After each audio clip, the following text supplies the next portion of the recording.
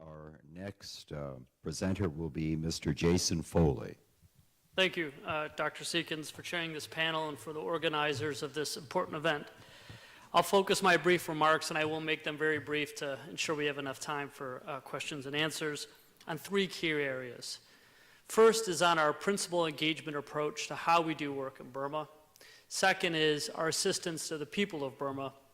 And third, a bit about donor coordination. The United States, and indeed the people of America, have a fundamental interest in the success of Burma's reforms. We appreciate Burma's unique history, and we understand that this is a country where legitimacy and power are contested. Coordinating very closely with the U.S. Embassy is one team, and I think you'll hear more from Ambassador Mitchell on this at lunchtime. USAID follows a principal engagement approach, where we engage the people of Burma proactively based on the principles of inclusivity, transparency, accountability, and citizen empowerment. This is not a new approach, but rather a continuation of our long-standing promotion of democratic values and human rights in Burma. For example, we are building the capacity of the Election Commission, political parties, civil society, and the media for a credible, transparent, and inclusive election in 2015.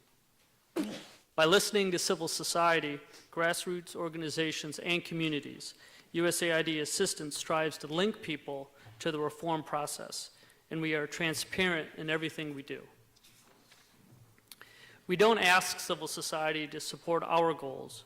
We support civil society to implement the aspirations of the people of Burma. Therefore, how we do development is just as important of what we do. Accordingly, USAID does not have a traditional development mission in Burma. Rather, our role is to use the tools of development to help the people of Burma deepen and sustain reforms. With respect to our assistance, we have a long-standing commitment to the people of Burma that is not deterred by short-term setbacks. We understand that transitions take time. We are investing in the reform process itself, not in any predetermined outcomes. And ultimately, the success of the reforms underway in Burma will be determined by the impact they have on the lives of the people there. The U.S. government recognizes that civil society is at the center of the reform process, and we need to ensure that the country's transition toward democracy includes a full spectrum of voices, not just the elites. The people of Burma expect more, and we expect more. Civil society feels that its voice is not always heard, and it's the responsibilities of agencies like USAID to help. Strengthening civil society is an approach we use in implementing all of our assistance programs, including health, agriculture, economic, and rule of law. It is not a standalone program, as local ownership is a prerequisite for all of our assistance. Last year, we provided assistance to over 300 civil society organizations and 5,800 individuals and trained over 1,000 journalists. Specific examples of our support to the people of Burma include: we provided a forum for civil society and the government to consult on a number of laws, policy, and regulations, including the association registration law, land use policy, and the recent code of conduct for election observers.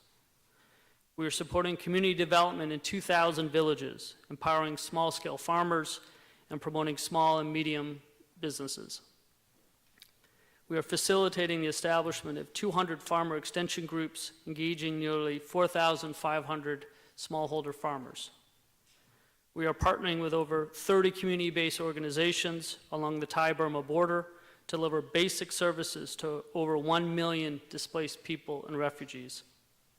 We're also providing emergency food assistance to over 170,000 internally displaced persons in Rakhine, Kachin, and Shan states. In terms of health assistance, we have trained over 190,000 community health workers in child health and nutrition, provided HIV/AIDS services to 20,000 persons, helped protect 100,000 households from malaria, and helped treat 23,000 tuberculosis patients. Finally, we're helping to strengthen the capacity itself of civil society groups and media to participate in the reform process. It is through this engagement with the people of Burma that we identify potential areas to partner with other donors. We don't have predetermined areas of collaboration that are decided between our mutual capitals. With respect to coordination with the Japanese government, we are working with them in 2 specific areas on the ground in Burma, including disaster management training and implementing training workshops on mosquito control to combat malaria. So in conclusion, the success of reforms will be determined by the impact they have on the lives of the people of Burma. Transitions take time, expectations are indeed high, and the challenges are many and substantial, and success is not preordained.